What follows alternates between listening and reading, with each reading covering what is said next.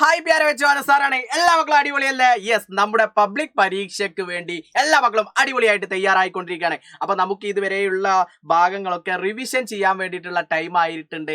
കാരണം എന്താന്ന് വെച്ചാൽ നമുക്ക് 1ാമത്തെ യൂണിറ്റ് മുതൽ 5ാമത്തെ യൂണിറ്റ് വരെ നമ്മുടെ ഈ 6ാം ക്ലാസ്സിലെ പരീക്ഷയിൽ ചോദിക്കും. അപ്പൊ ഒന്നും നമുക്ക് ഒഴിവാക്കാനില്ല. എല്ലാ ഭാഗങ്ങളും കൃത്യമായിട്ട് നമുക്ക് പഠിക്കേണ്ടതായിട്ടുണ്ട്. അപ്പൊ എല്ലാ മക്കളും കൃത്യമായിട്ട് സെറ്റ് ആണ് എന്നുള്ളതാണ് സാറിന് അറിയാം. അപ്പൊ വളരെ ഇമ്പോർട്ടന്റ് ആയിട്ടുള്ള നമുക്ക് ഈ പബ്ലിക് പരീക്ഷയിൽ ചോദിക്കാൻ സാധ്യതയുള്ള ഒരു ചോദ്യമാണ് അൻസാർ പറയുന്നത്. എല്ലാ മക്കളും കൃത്യതയോട് കൂടി ശ്രദ്ധിച്ചോളൂ.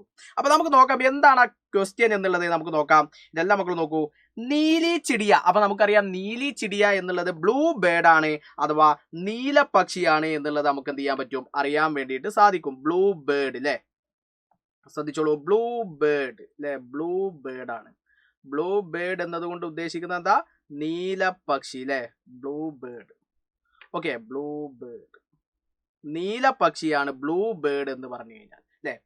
അപ്പൊ നീലപക്ഷിയുമായി ബന്ധപ്പെട്ടിട്ടുള്ള ഒരു ചോദ്യമാണ്. എന്താണ് ആ ചോദ്യം? ആ ചോദ്യം ഇതാണ്: കവിതാക്ക ആശയിലേക്ക്. ആ കവിതയുടെ ഒരു ആശയം എഴുതാൻ വേണ്ടിയിട്ട് പറയും അല്ലെ. അപ്പൊ അത്തരത്തിലൊരു ചോദ്യം ചോദിച്ചാൽ എങ്ങനെ കൃത്യമായിട്ട് നമുക്ക് എഴുതാൻ പറ്റും എന്നുള്ളത് വളരെ ലളിതമായിട്ടാണ് അൻസാർ ഈ വീഡിയോയിലൂടെ പറയുന്നത്. അപ്പൊ നമുക്ക് നോക്കാം. നമ്മൾ ഏതൊരു കവിതയെ കുറിച്ച് എഴുതാൻ വേണ്ടിയിട്ട് ചോദിക്കുകയാണെങ്കിൽ നമ്മൾ ആദ്യം എന്താണ് ആ കവിതയുടെ പേര്, എങ്ങനെയുള്ള കവിതയാണ് എന്ന് സിമ്പിളായിട്ട് നമുക്ക് എന്ത് ചെയ്യാം, തുടങ്ങാം. അപ്പൊ ഏറ്റവും സിമ്പിളായിട്ട് നമ്മൾ ആദ്യം എന്ത് ചെയ്യുന്നു, നമ്മുടെ ആ ഒരു പേര് എഴുതുന്നു, നീലി ചിടിയ. ഏക്ക് സുന്ദർ കവിത ഹെ. സിമ്പിൾ ആയിട്ടുള്ള വേർഡാണ്, ഒരു സുന്ദരമായിട്ടുള്ള കവിതയാണ് അല്ലെ. എന്താണ് നീലിക്കിളി എന്നുള്ളത് ചെറിയ ഒരു സുന്ദരമായിട്ടുള്ള ഒരു ചെറിയ കവിതയാണ്, സുന്ദരമായിട്ടുള്ള കവിതയാണ് അല്ലെ. ജോ ഏക്ക് Chhoti Neeli or Anokhi ചിടിയ K ബാരേ may ഹേ. ഇത് എന്തിനെ കുറിച്ചാ പറഞ്ഞത്? ഒരു ചെറിയ നീല അതുല്യമായ അല്ലെ, അതുല്യമായ ഒരു നീലപക്ഷിയെ കുറിച്ചുള്ള മനോഹരമായിട്ടുള്ള ഒരു കവിതയാണ് എന്ന് നമുക്ക് പറയാൻ പറ്റും.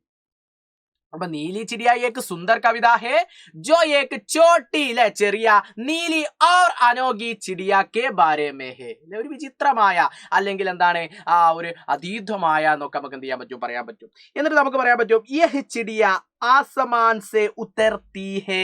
ഈ പക്ഷി എന്താണ്, ആകാശത്ത് നിന്ന് എന്ത് ചെയ്യാണ്, ഉത്തർത്തി ഹേ എന്ന് പറഞ്ഞാൽ ഇറങ്ങി വരികയാണ് ഈ പക്ഷി. നീലാകാശത്തെ ആ നീല ചിറകുള്ള ഈ നീലപക്ഷി എന്ത് ചെയ്യാണ്, ആകാശത്ത് നിന്ന് ഇറങ്ങി വരികയാണ് എന്ന് നമുക്ക് പറയാൻ പറ്റും. ഇറങ്ങി വന്നിട്ടോ ഡാലിയോം പർ ഫുദക്തി ഹേ അല്ലെ എന്ന് പറഞ്ഞാൽ മരച്ചില്ലകളിൽ എന്ത് ചെയ്യും, ചാടി നടക്കുന്നു. ഫുദക്തി ഹേ, ചാടി നടക്കുന്നുണ്ട്. പത്തേ മേ ചിപ്കർ മീട്ടേ ഗീത് ഗാത്തി ഹേ അല്ലെ എന്ന് പറഞ്ഞു കഴിഞ്ഞാൽ എന്താ, ഇലകൾക്കിടയിൽ ഒളിച്ചിരുന്ന് മധുരമായിട്ട് ഇങ്ങനെ പാട്ട് പാടുകയാണ് അല്ലെ. പാട്ട് പാടിയിട്ട് ഇങ്ങനെ പറക്കുക അല്ലെ. മാത്രല്ല ഓർ ഇൻസാനോ കെ പാസ് നഹി ആത്തി അല്ലെ, മധുരമായിട്ടുള്ള പാട്ട് പാടുന്നുണ്ട് എന്നുണ്ടെങ്കിൽ പോലും അവരെന്ത് ചെയ്യുന്നില്ല, ഇൻസാൻ എന്ന് പറഞ്ഞു കഴിഞ്ഞാൽ മനുഷ്യരാണ്, മനുഷ്യരുടെ അടുത്തേക്ക് എന്ത് ചെയ്യുന്നില്ല, വരുന്നില്ല എന്ന് നമുക്ക് പറയാൻ പറ്റും. എന്നിട്ട് പറയുന്നുണ്ട് യഹ് കവിത പ്രകൃതിക്ക് സ്വതന്ത്രത ഓർ സുന്ദരത കാ ജശ്ന മനാത്തി ഹേ എന്ന് പറഞ്ഞാൽ യഹ് കവിത, ഈ കവിത എന്ന് പറഞ്ഞ് പ്രകൃതിക്ക് സ്വതന്ത്രത, പ്രകൃതിയുടെ സ്വാതന്ത്ര്യവും അതേപോലെ സുന്ദരത എന്ന് പറഞ്ഞാൽ സൗന്ദര്യവും എന്ത് ചെയ്യുന്നുണ്ട്, ജശ്ന മനാത്തി ഹേ, ആഘോഷിക്കുന്നുണ്ട്. ഈ നീലാകാശത്ത് നീലച്ചിറകുള്ള നീലപക്ഷി, വട്ടമിട്ട് പറക്കുന്ന ഈ നീലപക്ഷി താഴെ ഇറങ്ങി വന്ന് മരച്ചില്ലകളിൽ നിന്ന് ഒരു കൊമ്പിൽ നിന്നും മറ്റൊരു കൊമ്പിലേക്ക് ചാടുകയും ഇത്തരത്തിൽ ചാടി അങ്ങോട്ടും ഇങ്ങോട്ടൊക്കെ ചാടി പ്രകൃതിയുടെ സ്വാതന്ത്ര്യം അനുഭവിക്കുകയും സൗന്ദര്യമൊക്കെ ആഘോഷിക്കുകയും ചെയ്യുന്നുണ്ട് എന്ന് മനോഹരമായിട്ട് നമുക്ക് ഹരിവംശ റായ് ബച്ചന്റെ ആ മനോഹരമായിട്ടുള്ള ഒരു പാഠഭാഗം തന്നെയായിരുന്നു നീലി ചിടിയ എന്നുള്ള പക്ഷി അല്ലെ.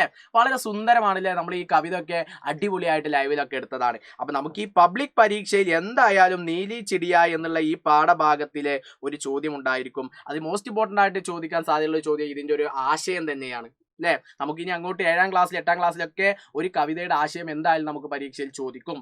അപ്പൊ അതിന്റെ മുന്നോടിയായിട്ട് നമുക്ക് മാറിയ സിലബസിൽ ഒരു പക്ഷേ 6ാം ക്ലാസ്സിൽ ഇത് തന്നെ നിങ്ങൾക്ക് ചോദിക്കാൻ സാധ്യതയുണ്ട്. അത്തരത്തിൽ ചോദിക്കുകയാണെങ്കിൽ ഇത് സിമ്പിൾ ആയിട്ട് തന്നെ മക്കൾ മനസ്സിലാക്കി വെച്ചാൽ മതി അല്ലെ. ഇന്ന് അൻസാറിന്റെ ഈ വീഡിയോ നിങ്ങൾ കണ്ടിട്ട് നിങ്ങളുടെ മനസ്സിൽ സ്റ്റോർ ചെയ്ത് നിങ്ങൾക്ക് പരീക്ഷ ഹാളിൽ നിന്നും സിമ്പിൾ ആയിട്ട് എഴുതുന്ന രീതിയിൽ എന്ത് ചെയ്യണം, നിങ്ങൾക്ക് കഴിയുന്ന രീതിയിൽ നിങ്ങൾ അത് എഴുതി സെറ്റ് ആക്കണം എന്നുള്ളതാണ് അൻസാർ പറയാനുള്ളത്. അപ്പൊ സെറ്റല്ലേ. അപ്പൊ ഇതേപോലെ ഒരു ചോദ്യം വന്നാൽ എന്റെ മക്കളെ എഴുതൂലേ. അപ്പൊ എല്ലാ മക്കൾക്കും wish you all the very best. അഗ്ലാ വീഡിയോ में अनसार फिर मिलेगा. सबका बहुत बहुत शुक्रिया. Bye bye.